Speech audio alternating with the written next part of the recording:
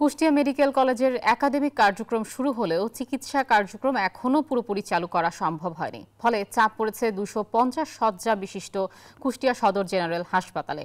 দর্শক, এ নিয়ে আরও খবর জানাতে যুক্ত হচ্ছেন সহকর্মী মাহতাব উদ্দিন লালন।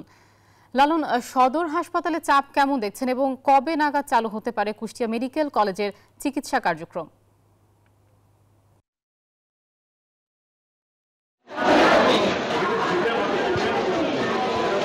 আয়শা, কুষ্টিয়া মেডিকেল কলেজের কার্যক্রম অর্থাৎ হাসপাতালের কার্যক্রম চালু না হওয়ার কারণেই কিন্তু আসলে 250 শয্যা বিশিষ্ট কুষ্টিয়া জেনারেল হাসপাতালের উপরে রোগীদের চাপ বাড়ছে।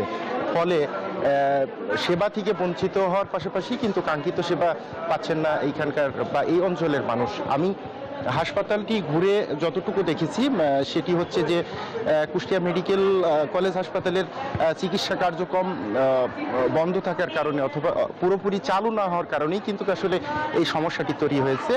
আপনাকে বলে রাখি, কুষ্টিয়া সদর হাসপাতাল কিন্তু শুধু কুষ্টিয়া জেলা না, পার্শ্ববর্তী মেহেরপুর, চুয়াডাঙ্গা, ঝিনাইদহ সহ বেশ কয়েকটি জেলার মানুষ কিন্তু